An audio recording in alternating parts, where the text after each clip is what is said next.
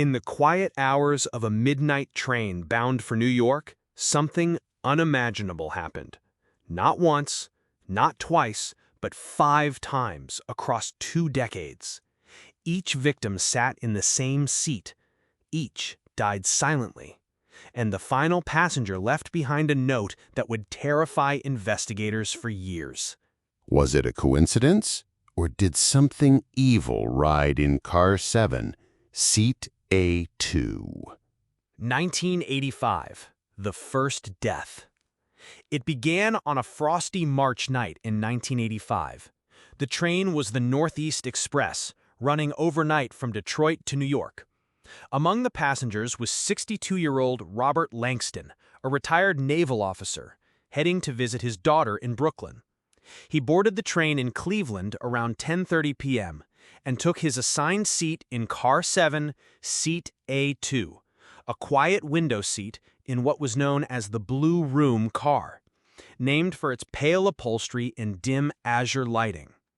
The car had no private cabins, just rows of wide reclining seats.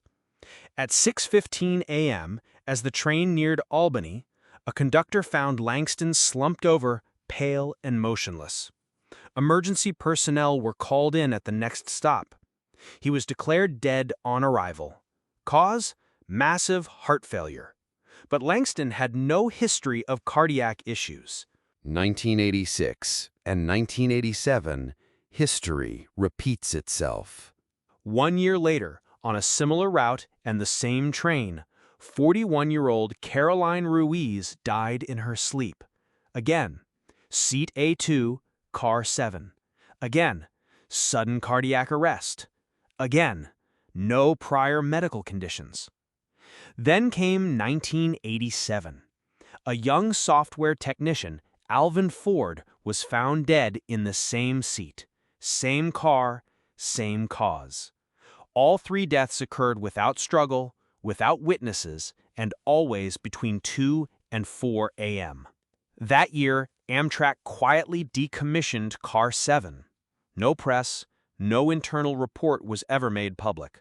1997, the return of the Blue Room. 10 years later, in 1997, Car 7 was quietly restored to service after refurbishment. Seat A2 remained. The blue lighting had been updated and the upholstery replaced.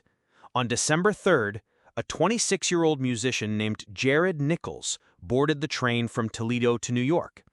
He was returning from a regional tour with nothing but his guitar and a duffel bag. He booked last minute and was assigned to, yes, Seat A2. The following morning, Jared was found dead in his seat, cold to the touch, his eyes open. His journal was in his lap, with one final line scrawled shakily in pencil. I wasn't alone.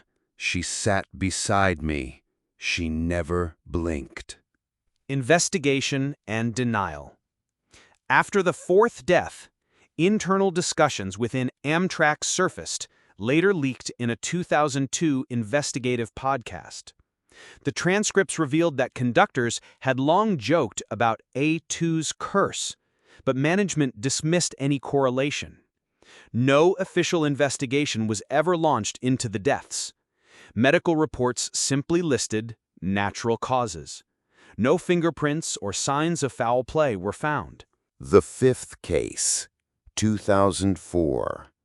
In January 2004, a man named Leonard Bishop boarded the night train from Pittsburgh to New York. A journalist researching unsolved railway incidents, Bishop had specifically requested Car 7, and when Seat A2 wasn't available, he waited 3 more days to book it. He brought with him a tape recorder, EMF reader, and a box of old case files. Leonard never made it to New York. He was found dead, tape recorder in hand, still recording. The final 12 seconds of tape remain classified. Investigators who reviewed the file reported that the sound was unnatural. One unnamed official said, There were no voices, but it wasn't silence. Something was breathing close to the mic. Official response. Following Bishop's death, Car 7 was permanently removed from service. Seat A2 was dismantled, and Amtrak began rerouting its late-night Northeast Corridor trains. To this day, the deaths are labeled coincidental.